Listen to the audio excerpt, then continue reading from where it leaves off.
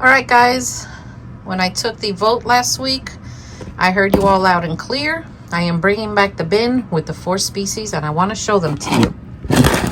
So here we got African night crawlers. They're dark purple in color. They are absolutely beautiful. They can get big. I've had some that grow really big. Look at that. They love to eat carbon. They do not tolerate cold, these worms.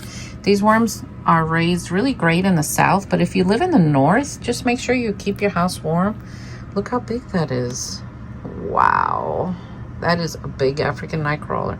I've had them very, very large. So they love to eat, like they'll eat all your food scraps, but not only that, they love the junk mail. If you shop a lot, then these boxes, they'll love to eat the boxes. So the reason I'm touching them all with my hands is because I'm gonna put them all mixed in the bin, so I'm not like cross-contaminating anything.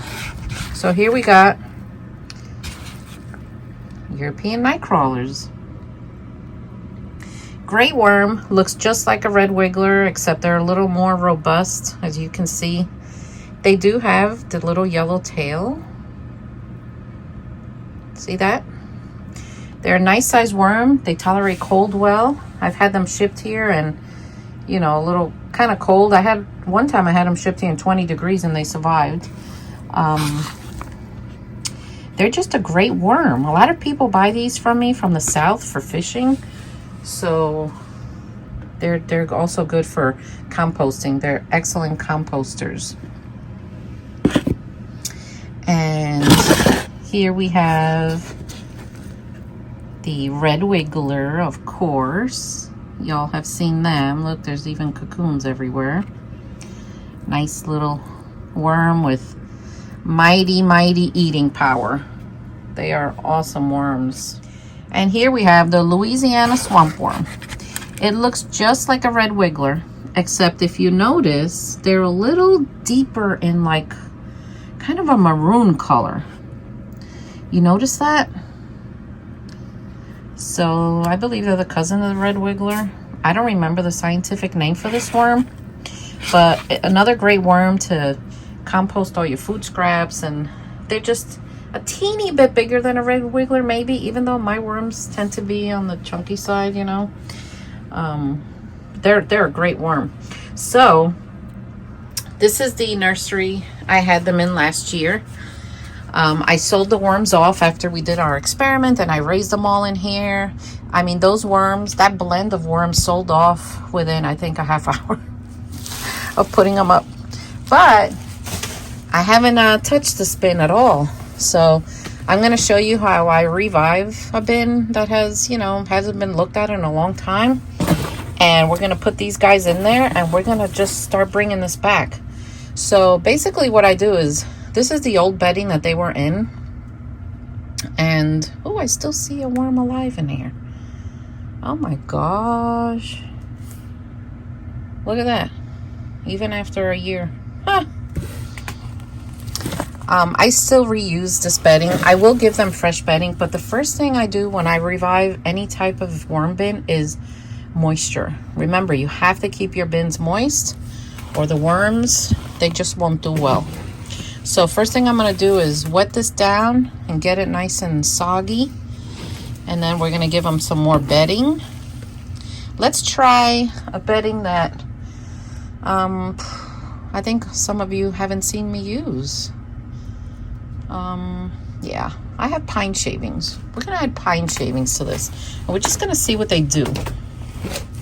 So this is going to be our 4 species worm bin experiment. You guys tell me what kind of experiments you want to see. Of course, I'll come up with my own. You know how creative I am. So let's wet this down, and then we're going to get going.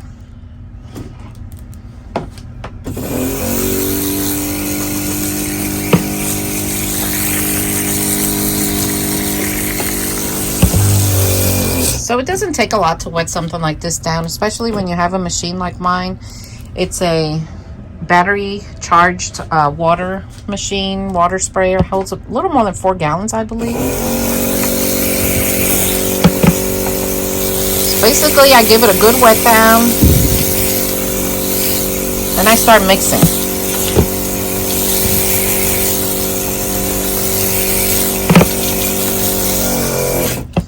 I'm going to give them also everything they need. You know, if I think they need grit or something like that. More bedding, maybe pine shavings, maybe another type of bedding. I'm not sure yet. These experiments, I kind of just go by ear and just see what they need and see what I feel I want to do with them. Now, 4 species of worms will never breed with each other in here. You'll never have babies that are, the parents are African night crawlers with European night crawlers. You know, worm species just, they breed with their own. And I have seen one species take over the bin. But honestly, when I did this 4 species experiment, I didn't give any species a chance to do that because the experiment time was over and I just wanted to sell them because I needed the room, and then I sold them off. So if you guys wanted me to keep this bin going just to see what happens, let me know down below. So even though this has been neglected for, we're talking a year, the bedding at the bottom, look, there's still babies and it's still moist. So this down here, they're working it. The ones that are still alive, look, I could tell. Look at that. And the reason that is because the plastic I had on it kept the moisture in. Oh my gosh, I can't believe it. I honestly didn't think it was going to be this wet down here. Well, that's impressive. Haha. There you go. Worms are resilient little guys, aren't they? Okay. Got some grit here. And I got my pine shavings. Now they're dry. But we're going to wet them down and mix them in. Let's wet them now.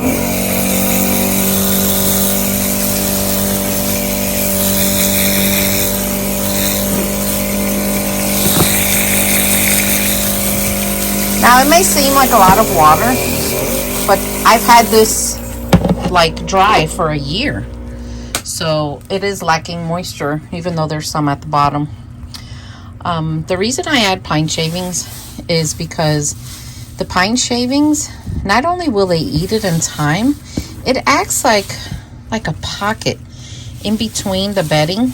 That way we have proper air in there and the moisture's good. But it's good to have air. If you don't have air circulating in your worm bin, it's gonna rot in a bad way. It's gonna get anaerobic, and that's not gonna be good. I've also used pine shavings in my 20 by 15 by 5 breeder bins over there. And honestly, guys, I love the way it smells. The pine shavings smell so good. They do. All right.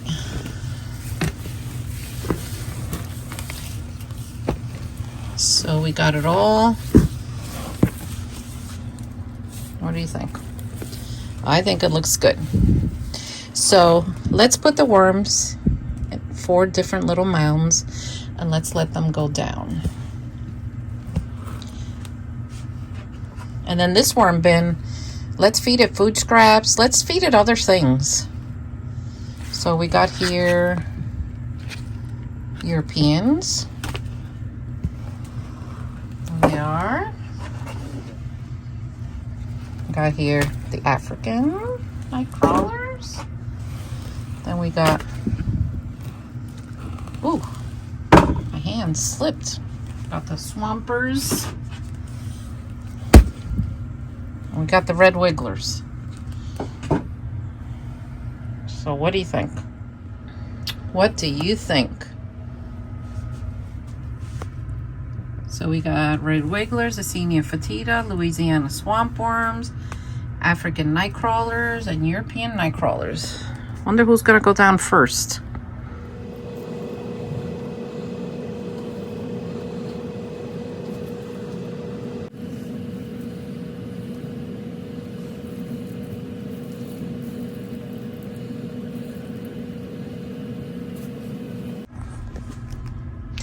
So it seems like they've all gone down. The Africans are just taking a little longer. But that's because that's just how they are, guys. Every worm, they have different personalities. These are like the fast ones, and these are like the slower ones. But, you know, that's okay. I just go like this. If I'm going to go upstairs and I don't want to leave them, and I go, goodbye.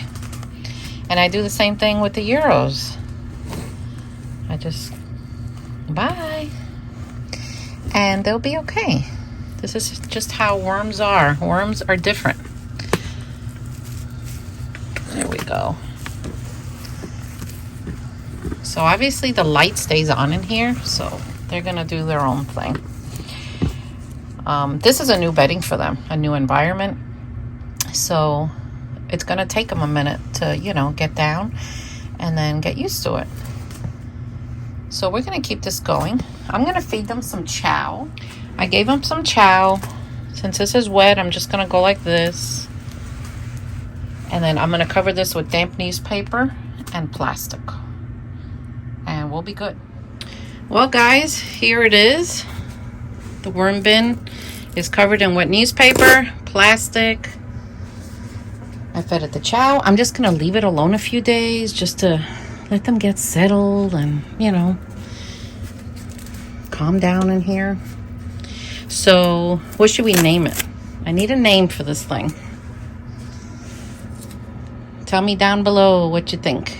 Anyway, I hope you enjoyed this video, and I'm excited to see what's going to happen with this thing. So subscribe and like if you haven't already, and find my other worm channel, The Composting Worm Lady, and I'll see you all next time. Take care.